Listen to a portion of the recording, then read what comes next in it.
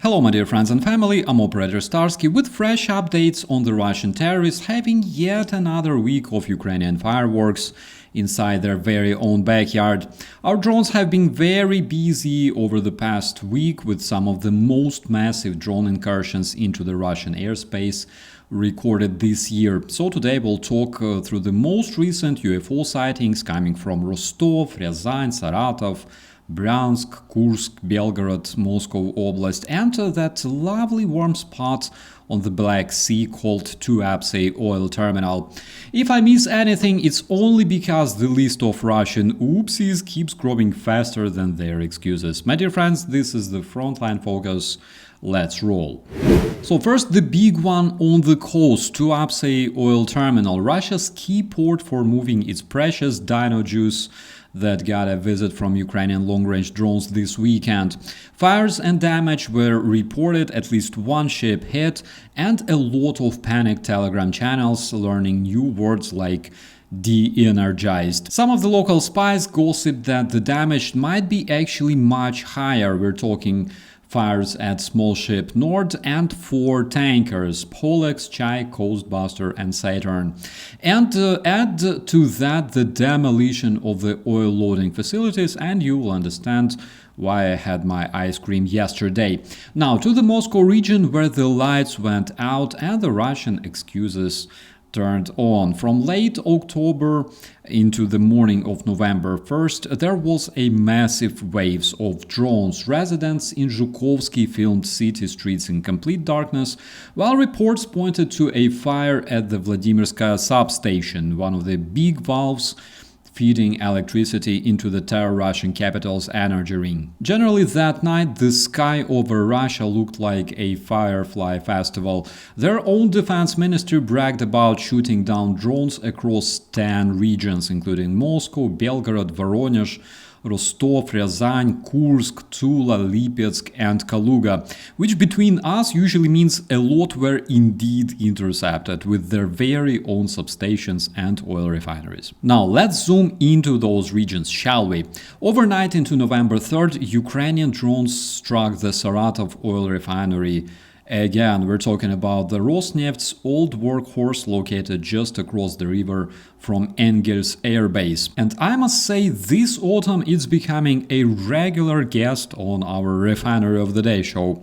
Explosions, fires, emergency crews doing cardio, that whole routine was reported. Also, the Russian sources claimed they downed drones over Rostov and Voronezh, but debris, blasts and damage reports just kept popping up, including earlier incidents this season where falling wreckage lit up a bunch of Russian facilities in Rostov-on-Don. The same night, the Russian Ryazan showed up on the shot down list too, which usually means traditional Ukrainian fireworks and happy Russian citizens recording all that goodness on camera while waiting somewhere in the queue to the gas station. Which I think is a proper place for Russians to celebrate their invasion of Ukraine, either in the gas queue to buy 10 liters of fuel per car or somewhere in the bomb shelter. Just to remind you, Ryazan hosts one of Russia's largest refineries, already forced to halt a key unit after a late October strike. It was a different night, but same storyline resulting in less diesel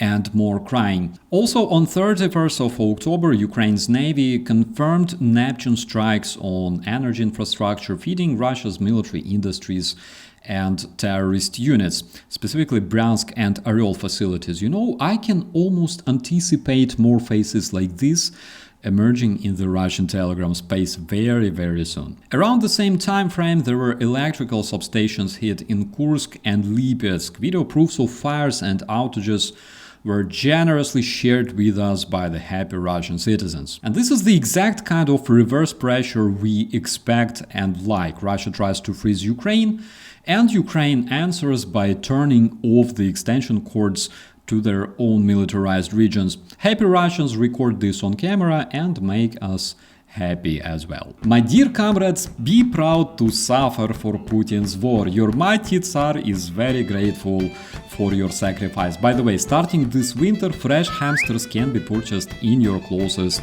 grocery store. Please enjoy. So just to summarize, over the past week, Ukraine kept up a targeted campaign of deep strikes, drones and missiles against Russian energy nodes.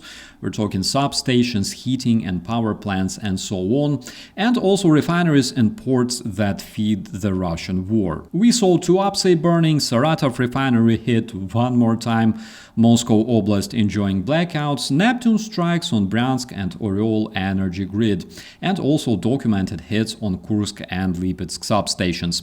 Meanwhile, Rostov, Ryazan, Belgorod soaked up drones and panic whether or not every single explosion made it into the official press. And of course, Russian terrorists keep pretending that all that is nothing, but if it's nothing, why are we seeing airport closures, mass power outages, and oil workers roasting marshmallows at Tuapse? Even their loyal outlets had to admit the Saratov refinery took another hit today. And you know, when the Russian media talk about those, it means that, as we say in Ukraine, щось у лісі здохло. Most probably they just prepare their citizens for the long, hopeless winter and hamster soup.